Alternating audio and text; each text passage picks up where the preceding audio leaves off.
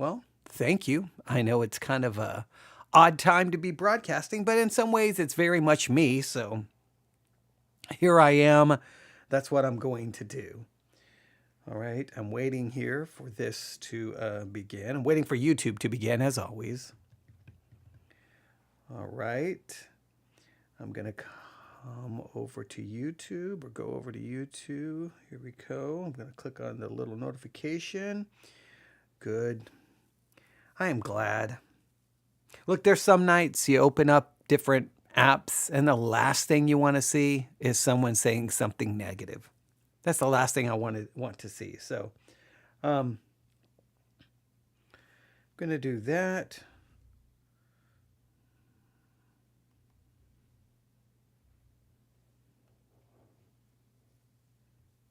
Apps and the last thing you want to see is someone saying something. That's me. I sound okay.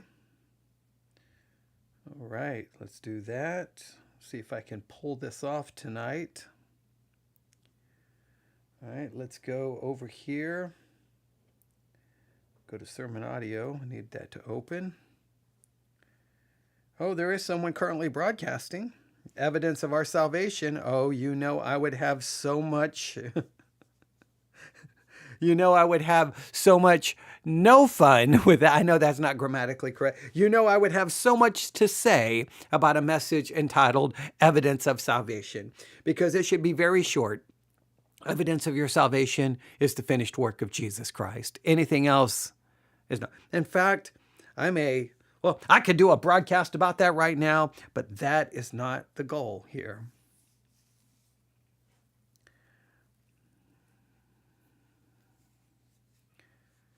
All right. Let's go to the dashboard. Oh, I guess I should click on this to see how we sound. Maybe. All right. All right. Go to the dashboard. And I'm the only person listening to me. It's me, myself, and I here in the studio on this Saturday morning. All right, in some ways, that's the way it should be. All right, ladies and gentlemen, we go live. Yeah, I could get very philosophical right now. I'm going to try to keep myself from doing that, all right? Ladies and gentlemen, without any further delay, we go live in 5, 4, 3, 2, and 1. Looking at our world from a theological perspective, this is the Theology Central Podcast, making theology central. Good morning, everyone. It is Saturday, November the 29th, 2025. It is currently 1:18 a.m. Central Time, and I'm coming to you live from the Theology Central studio, located right here in Abilene, Texas. 1:18 a.m. in the morning. Obviously, outside it is dark. Most people are asleep. If they're driving by, they'll see the studio light on in the window up here in the second floor room. They'll see the studio light on, but I'm going to reach over. I'm going to turn the studio light off. I'm going to make it almost dark here in the studio. And I think I'm going to do something not completely out of character for me. It's not because we're going to tell a story. We're going to tell a story. I don't know how this is going to go. Maybe I could start doing, I don't know what we'll call them, midnight stories at midnight. I don't know, something, because a lot of times late at night, I tend to find myself awake and I tend to become far more like, sometimes I'll turn on the microphone and I'll go, I'm going to do a full hour and I'll do something exegetical, theological, hermeneutical.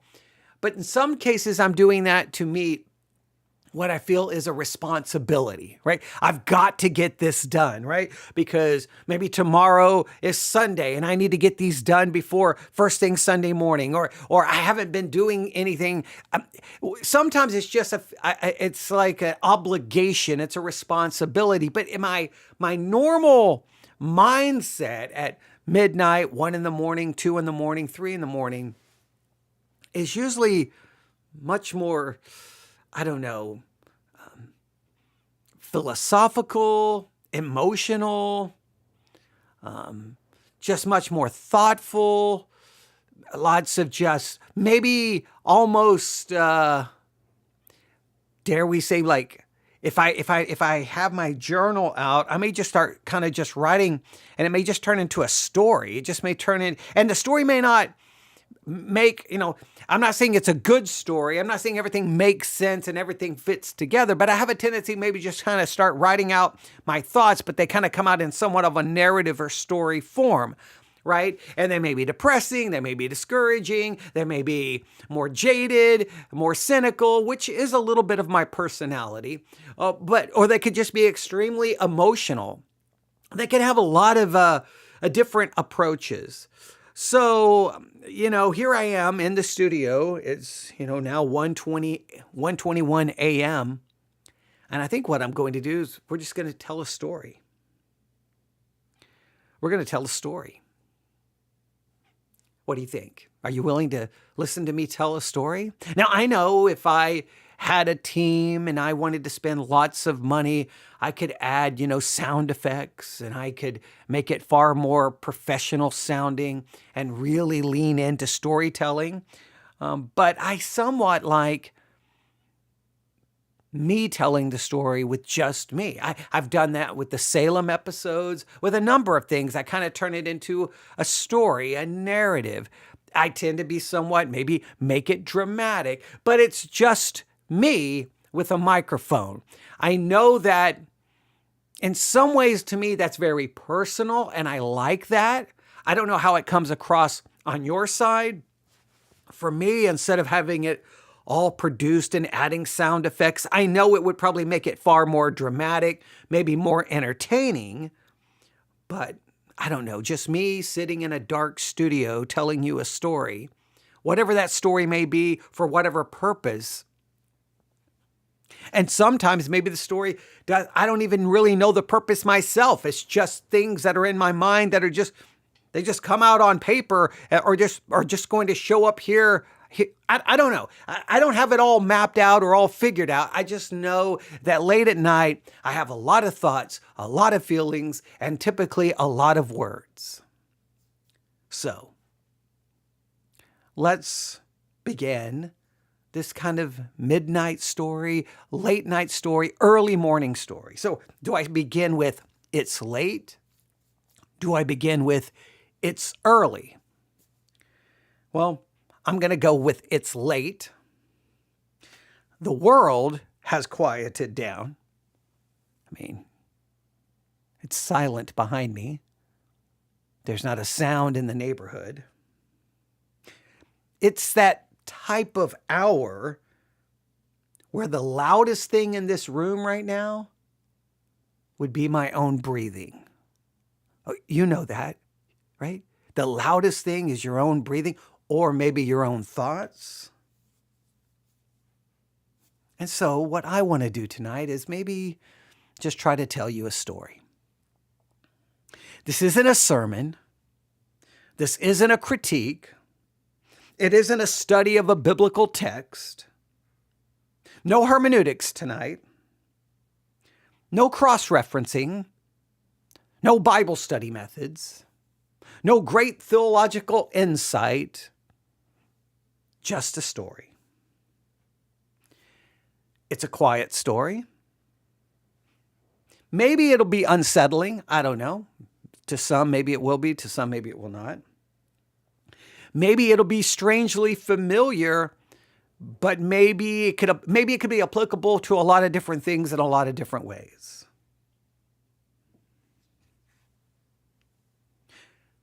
Is it a midnight story? Well, it's a little bit after midnight, obviously. Now it's a lot after midnight. It's almost an hour and a half after midnight. So it's an after midnight story. Maybe it's the kind of story that only makes sense when the house is still, the lights are low, and you can finally hear the sound of your own soul. Maybe that's sometimes the only, maybe some stories can only make sense in that setting when it's late or very early in the morning. When the house is still, when the lights are low, when you can finally hear the sound of your own soul. When was the last time you heard the sound of your own soul?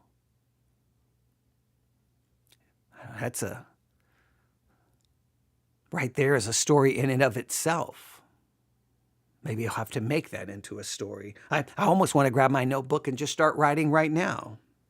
So, I don't know if you're listening to me live. I don't know where you may be or when you may hear this. Settle in. Because this one begins in a place I know very, very well. A place some of you know through my voice, through my words, and maybe through my memories. A small church. A church out in the country, in the middle of nowhere. A building that stood long before you or I ever lived here. Before we ever lived. It's just a building that's been standing for a long time.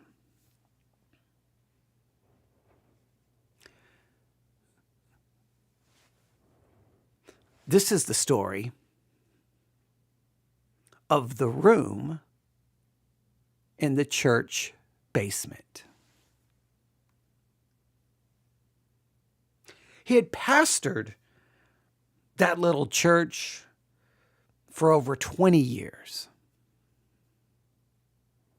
If you drove past it, you probably wouldn't even notice, you might not even notice it. Just a white building off the highway, maybe a few trees leaning towards it.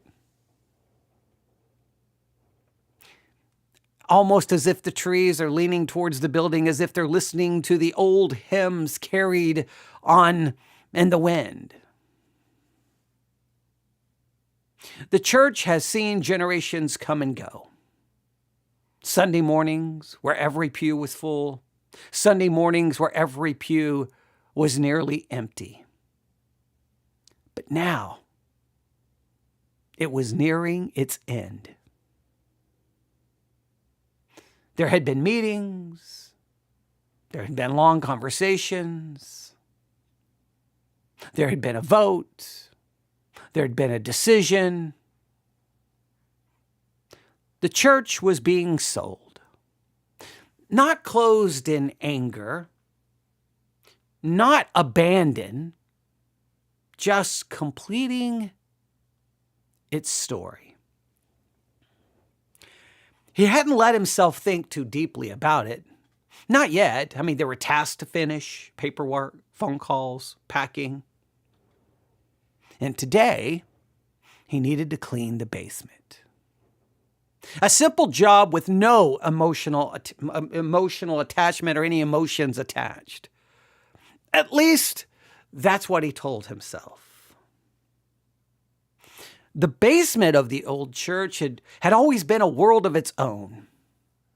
The air down there was cooler, heavier, as if the past itself lived in the walls. Over the years, it had held Christmas decorations, old Sunday school materials, forgotten coat racks, broken folding chairs, boxes full of papers no one wanted to sort through or even cared what was in them. He opened the basement door. It groaned. That old wooden complaint that he had heard 1,000 times. He clicked on the flashlight. The light flickered for a moment before settling into a steady beam. Dust floated through the air catching the light like the ghost of sermons long forgotten. He descended the stairs slowly. Each step protested under his weight, the sound echoing more than it should have. And at the bottom, he expected to turn left towards the storage shelves, but something stopped him. A breeze, a subtle, cold draft brushing the side of his face. Basements didn't, usually have drafts. He turned his flashlight towards the source. That's when he saw it. A door. An old door. Not like the others in the church, not like anything else in the building. This one was made of dark, heavy wood. The grain deep and textured. The handle was old iron, rusted around the edges, almost medieval in appearance. He blinked. He'd never even seen this door before. Not in 20 years, not once. He stepped closer, shining the light along the frame. Dust covered the floor around it, thick, undisturbed dust. Except for the threshold. There the dust was missing, cleared away as though the door had been opened recently. His breath caught. He reached out and touched the handle. Cold. Not basement cool, but truly cold, winter cold, like it had been exposed to something the rest of the room hadn't been exposed to. Every part of him said, leave this alone, just leave it alone. But curiosity, or maybe something deeper, kept his hand on the handle, and he turned it. The hinges gave a long, strained groan, a sound that suggested they were displeased to be disturbed. The door opened. A breath of colder air slid past him. He raised the flashlight and stepped inside. It was small, square, concrete floor, stone walls that didn't match the layout of the building above. And in the center, a simple wooden table. On it lay a stack of old bulletins, a Bible with pages yellow at the edges, a hymnal with cracked spine, a styrofoam coffee cup, fossilized by time, a pencil, 3 sheets of sermon notes written in faded pencil lines, and a tape recorder. Everything was coated in dust, thick dust, except the tape recorder. It looked almost clean, untouched, out of place. And attached to its side was a small strip of white tape with neat handwriting. Play when there is nothing left. He felt a knot kind of form low in his chest. Nothing left? He knew that feeling. He'd been carrying it for months now. Maybe longer. Maybe for years. He pulled out the chair, the only chair in the room, and he sat. The wood creaked sharply beneath him. His flashlight rested on the table, casting long shadows against the wall. He stared at the tape recorder. And he stared.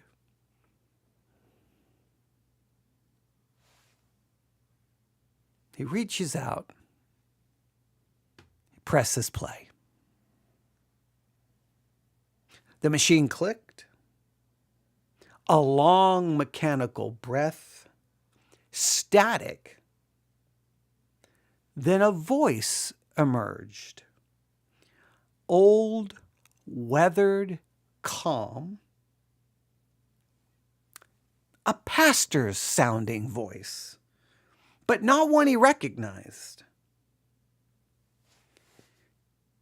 If you're listening, then the church is ending. He froze, static again. Don't be afraid of this moment. The pastor leaned in involuntarily, drawn in by something maybe he couldn't even name. The voice continued. Churches end. Buildings empty. This is not a failure.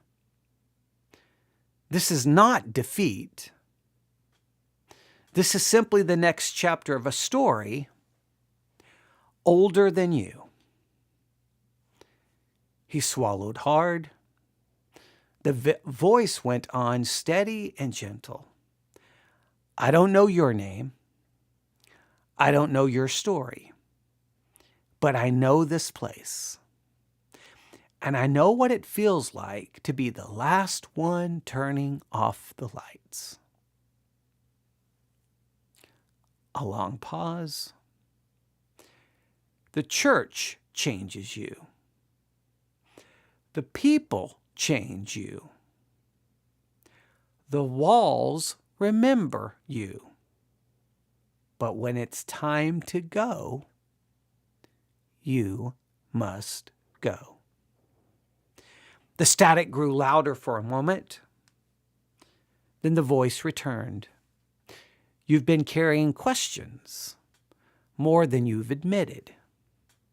Let me answer the ones you don't want to say out loud. The pastor felt his throat tightened. Did it matter? Did it matter? As if reading his mind, yes, it mattered. Another pause. Did it matter? A breath, soft, certain. Yes, you mattered. He felt tears gather unexpectedly. The voice shifted, not colder, but older. You're not the first to sit in this chair, his breath caught. This room, the voice continued, was built for moments like this. Static. Every pastor who stayed long enough eventually found their way here. Not because someone showed them, but because the building knows when a chapter is ending. He leaned forward, heart pounding. The tape went on. This room is a place of endings, a place of truth, a place of letting go. Another long pause. You're not alone. Others came before you. Others sat where you sit. Others wondered what would happen next. He closed his eyes. He could almost imagine them, men he had never met, men long forgotten, men sitting right here, grieving, questioning, hoping. Static softens. The voice returned, quiet now. Listen carefully, because this is the part no one ever told me. The pastor leans in closer. The value of ministry is not measured in numbers or years or budgets. The voice paused. Ministry is measured in faithfulness. Another pause. If you preach the word. If you loved the word. If you carried the burden of struggling with the word, then you completed your assignment. His eyes blurred again. The room seemed to breathe around him. So let the building go. Let the keys go. Let the fear go. Your assignment here is complete. Then, a click. The tape stopped. The silence afterwards felt alive. He sat for a long time, flashlight dimming, shadow shifting, heartbeat slowing. Finally, he stood. He placed the tape recorder back on the table exactly where it had been. He walked to the door, pausing for a moment on the threshold. He looked back at the room one last time. Then he pulled the door shut. The cold draft vanished. The basement felt normal again, empty, quiet. He climbed the steps slowly, each one echoing like a closing chapter. When he reached the sanctuary, he stood in the doorway. The pews were empty. The windows glowed faintly from distant streetlights. The silence felt like a living memory. He whispered, "Thank you." Then he turned off the lights, closed the door, locked it. One of the last times he would ever do so. Stepped out into the cool night, lighter than he had felt in months.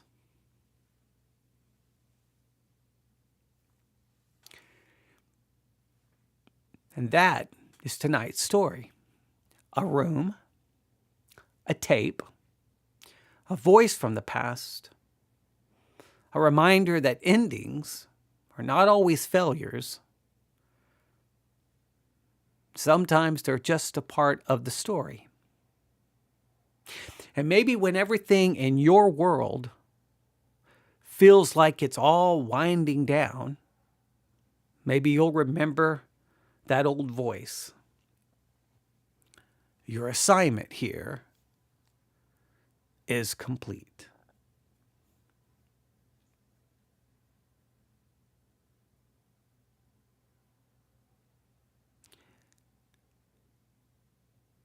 Now, my temptation is maybe offer different applications. But I'm not going to offer any applications. I'm just going to leave it there. How that story applies to your life and your situation or what you're going through, I don't know. A room, a tape, a voice from the past. Endings are not always failures. Sometimes they're just a part of the story.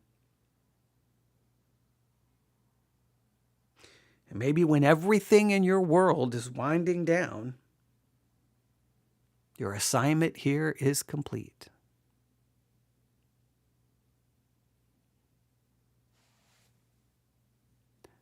Good night.